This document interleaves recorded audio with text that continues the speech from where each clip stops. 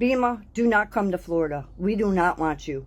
We don't need your fucking help. We don't want your help. And Kamala, stay the fuck away from Florida. And there you have it, another example of just how insidious and effective the misinformation and disinformation around FEMA, around disaster relief in general is right now. When you have Donald Trump saying the things that he's saying, when you have Ron DeSantis making a big deal out of not taking Kamala Harris's phone call, it makes people feel emboldened to take it a step further. And then a woman like that sees people in a very familiar red hat saying things like, if you take that $750, they'll take your house away.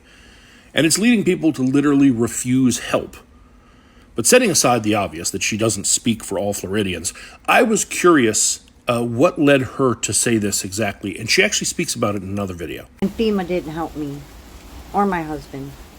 And we lost everything in Hurricane Matthew. That's why I hate FEMA.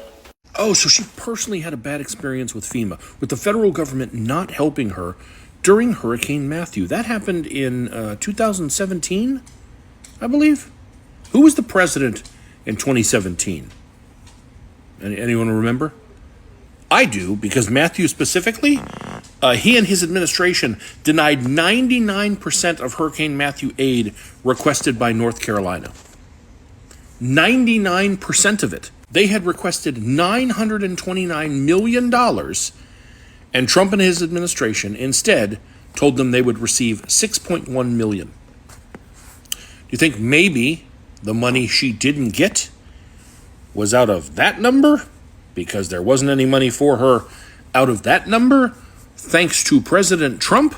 And just to be clear, if he gets back in office, you should expect this. Project 2025 proposes eliminating aid for families and businesses rebuilding after storms. On page 750, an end to SBA direct lending, the only instance of which is the disaster loan program. Project 2025 suggests privatization as one potential solution and claims, without evidence, that loan availability reduces individuals' incentives to purchase disaster-related insurance.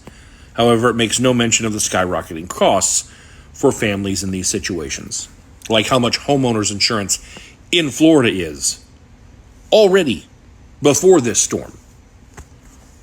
Their takeaway is you should have bought insurance, you should have done this.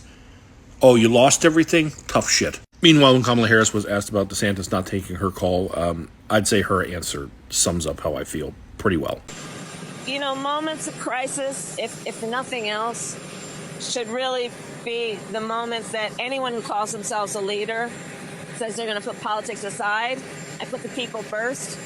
People are in desperate need of support right now, and playing political games with this moment in these crisis situations, these are the height of emergency situations. It's just utterly irresponsible, and it is selfish, and it is about political gamesmanship instead of doing the job that you took an oath to do, which is to put the people first. This is a prime example of don't believe what people say, believe what they show you with actions. Her actions were to call a Republican governor in a usually red state and say, what do you need? Setting aside any kind of political rivalry. Donald Trump and MAGA, on the other hand, with their actions, not giving funds, wanting to eliminate these funds, their actions tell us they don't care about people. They care about control.